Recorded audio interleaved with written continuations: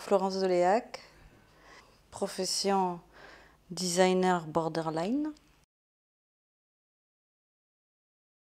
On s'assoit à califourchon dans des rapports inhabituels de face à face ou de dos à dos ou de convivialité un peu nouvelle. Hein.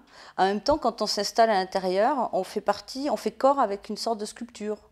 Et puis ça rebondit. Donc on ne s'y attend pas, on se met à califourchon sur des balles qu'on ne voit pas parce qu'elles sont cachées, mais on ressent cette espèce de rebondissement. C'est ça qui m'intéresse. Je fais faire une expérience qui déstabilise un peu, on régresse un peu, c'est-à-dire c'est joyeux. On rebondit un peu et le rebondissement, ça rappelle c'est des souvenirs d'enfance. Moi j'aime bien, je dis ça me rend un peu idiote quoi.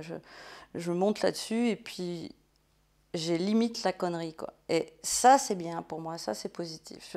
Parce que j'autorise ou je pousse par on va dire des appels, à faire une expérience.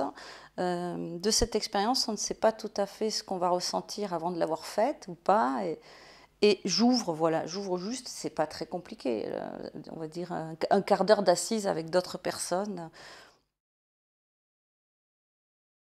Le design, ça peut être une très bonne conception d'un usage ou d'une fonction ou d'un objet. Enfin. Et ça peut être le pire, ça peut être le résultat d'une arnaque marketing. J'ai travaillé 10 ans avec le groupe Radi. En 2003, je les ai laissés.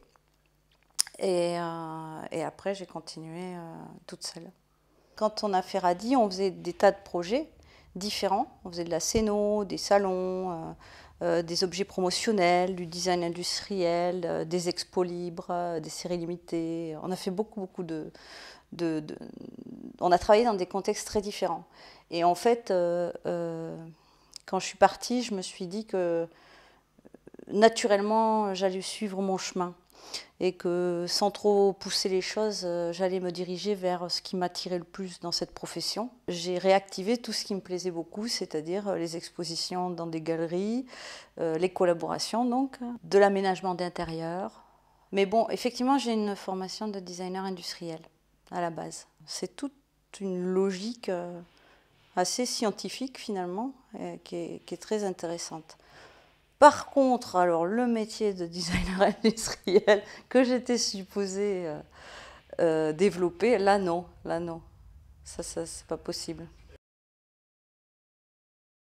C'est un ensemble de pièces récentes, il y a de la céramique, il y a des installations que j'ai montrées en dehors de Paris, mais que je viens de faire à Chamarande ou à Vélizy-Villacoublay, à Londres, et que les gens n'ont pas vraiment vu. Donc c'est un ensemble de productions.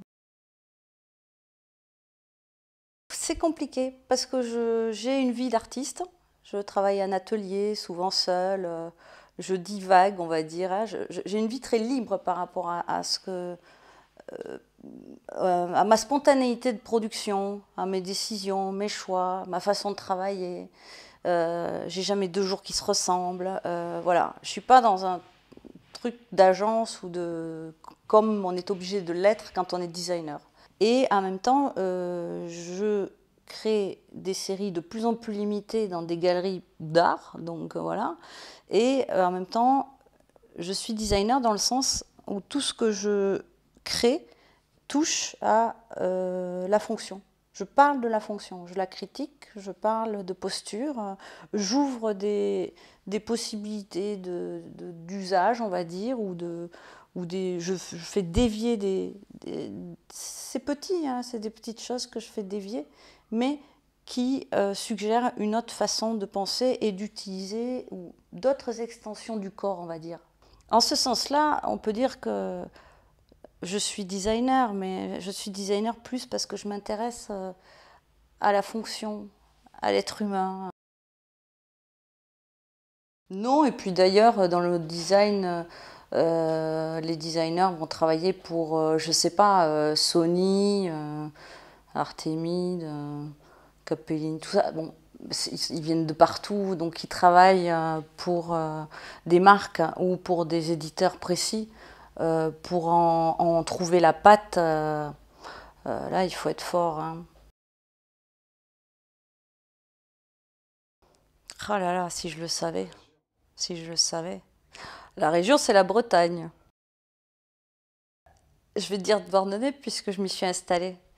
Mais ce serait faux parce que je la connais pas assez. Mais en tout cas, c'est celle que j'ai décidé de connaître. J'adore Michel Serrault, mais c'est pas mon acteur préféré. Mais alors, j'apprécie tellement son jeu d'acteur. Pourtant, j'aime pas trop les acteurs, hein. Mais lui, j'adore. J'adore les scooters japonais, le rapport entre la manette et le bruit du moteur. C'est des choses qui me parlent, ça.